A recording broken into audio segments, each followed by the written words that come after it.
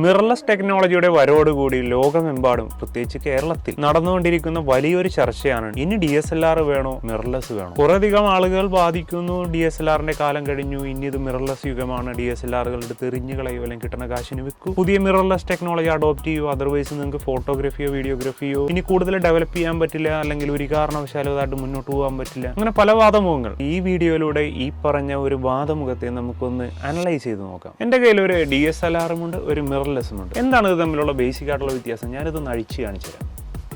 ഈ ലെൻസ് ഇങ്ങനെ ഊരി നോക്കുമ്പോൾ നിങ്ങൾക്ക് കാണാൻ പറ്റും there is a mirror inside. ഇവിടെ ഒരു മിറർ കാണാൻ പറ്റും. ഈ മിറർ ഇതിന്റെ സെൻസറിന്റെ ഫ്രണ്ടിലായിട്ടാണ് ഇരിക്കുന്നത്. ഈ മിററിന്റെ മുകളിലായിട്ട് ഈ ഭാഗത്ത് ഇതേ ആംഗിളിൽ, ഇതൊരു 45 ഡിഗ്രി ആംഗിളിലാണ് ഈ മിറർ ഇരിക്കുന്നത്. ഇതുപോലെ തന്നെ ഒരു 45 ഡിഗ്രി ആംഗിളിൽ ഇതിന്റെ അകത്തായിട്ട് ഒരു മിറർ കാണും. ആ മിററിലൂടെ വരുന്ന ദൃശ്യങ്ങളാണ് നമ്മൾ ഈ ഒരു വ്യൂ ഫൈൻഡറിൽ കാണുന്നത്. ഇതാണ് നമ്മളെ DSLR സിസ്റ്റം. അപ്പോൾ ഈ മിറർലെസ് ക്യാമറയിൽ നമുക്കൊന്ന് അഴിച്ചു നോക്കാം.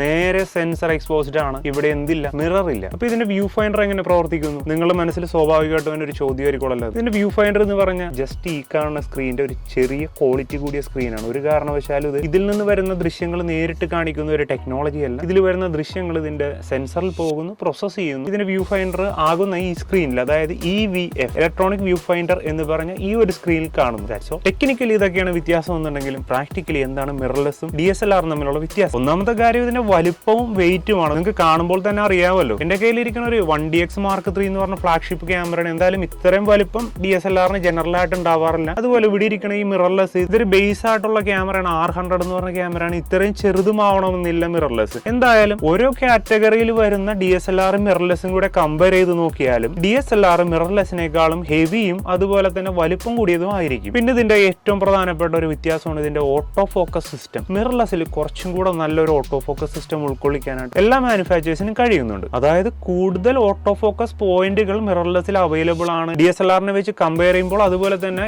ഈ ഒരു ഫ്രെയിമിന്റെ ടോട്ടൽ ഏരിയയുടെ ഭൂരിഭാഗവും നമ്മൾ മിറർലെസ് ടെക്നോളജിയിൽ ഓട്ടോ ഫോക്കസ് പോയിന്റ്സ് വെച്ച് കവർ ചെയ്യാറുണ്ട്. സാധാരണ DSLRകളിൽ അത് ഏകദേശം ഇത്രയും ഒരു ഭാഗം മാത്രം കവർ ചെയ്ത് കിട്ടാറുള്ളൂ. അപ്പൊ മിറർലെസ് ടെക്നോളജിയുടെ auto focus system far better ആണ്. പിന്നുള്ള ഒരു വ്യത്യാസം, ഈ മിറർ എടുത്ത് മാറ്റിയപ്പോൾ എല്ലാ മാനുഫാക്ചേഴ്സിനും തന്നെ അതിന്റെ ഉള്ളിൽ IBIS എന്ന് പറഞ്ഞൊരു സംവിധാനം ഉൾക്കൊള്ളിക്കാൻ സാധിച്ചു. IBIS എന്ന് പറഞ്ഞാൽ ഇൻ ബോഡി ഇമേജ് സ്റ്റെബിലൈസേഷൻ അഥവാ സെൻസർ ഷിഫ്റ്റ് ഇമേജ് സ്റ്റെബിലൈസേഷൻ എന്ന് പറഞ്ഞൊരു കാര്യമാണ്. അതിവിടെ ഡിസ്കസ് ചെയ്യാൻ നിവർത്തിയില്ല, കാരണം അതൊരു വാസ്റ്റ് ടോപ്പിക്കാണ്. ഇത്രയൊക്കെയുള്ള ഈ പറഞ്ഞ DSLR മിറർലെസ്സും തമ്മിലുള്ള വ്യത്യാസം. ഫോട്ടോഗ്രാഫിനെ പറ്റി ഞാൻ എപ്പോഴും പറയാറുണ്ട്, it's the art of capturing the light. ലൈറ്റിനെ രേഖപ്പെടുത്തുന്ന ഒരു കലയായ ഫോട്ടോഗ്രാഫിയിൽ ഈ പറഞ്ഞ കാര്യങ്ങൾക്ക് പ്രാധാന്യമില്ല എന്ന് ഞാൻ പറയില്ല. പക്ഷേ ഒരു കാരണവശാലും ഒരു ഫോട്ടോഗ്രാഫ് മേക്ക് ചെയ്യുന്നത് മിറർലെസ്സോ DSLRോ അല്ല. അതിന്റെ പിന്നിലുള്ള നമ്മളെ പോലുള്ള ഫോട്ടോഗ്രാഫേഴ്സാണ് എന്ന കാര്യം മറക്കാതിരിക്കുക.